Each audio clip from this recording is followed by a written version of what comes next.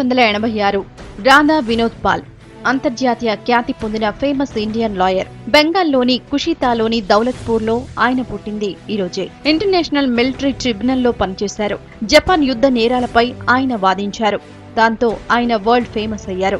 Atom bomb పైన ఆయన తన వాదనలు వినిపించారు. దేశానికి స్వాతంత్ర్యం వచ్చాక వివిధ దేశాలతో దౌత్యం కూడా నడిపారు ఆయన. ముఖ్యంగా జపాన్ తో ఇండియా సంబంధాలకు ఆయన పునాదులు వేశారు. ఫేమస్ లాయర్ గా, దౌత్యవేత్తగా సేవలందించిన పాల్ తన 80వ ఏట 1967 జనవరి 10న చనిపోయారు.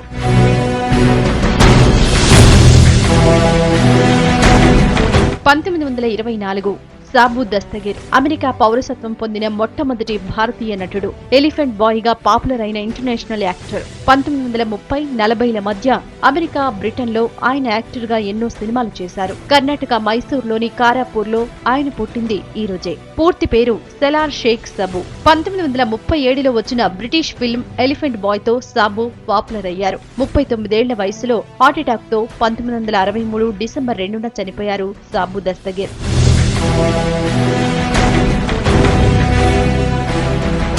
1988 భారత్లో హెలికాప్టర్ ద్వారా ఉత్తరాల రవాణాను ప్రారంభించింది ఈ రోజే. ఎయిర్ ఇండియా దీన్ని మొట్టమొదటిసారి ప్రవేశపెట్టింది. బాంబే నుంచి ఢిల్లీకి తొలిసారి ఈ సేవల్ని ప్రారంభించారు. అంతర్జాతీయ మారణహోమ దినోత్సవం. హిట్లర్ నాజీ ప్రభుత్వం సృష్టించిన మారణహోమాన్ని, మానవ హననాన్ని గుర్తు చేస్తూ ఈ రోజును జరుపుకుంటారు.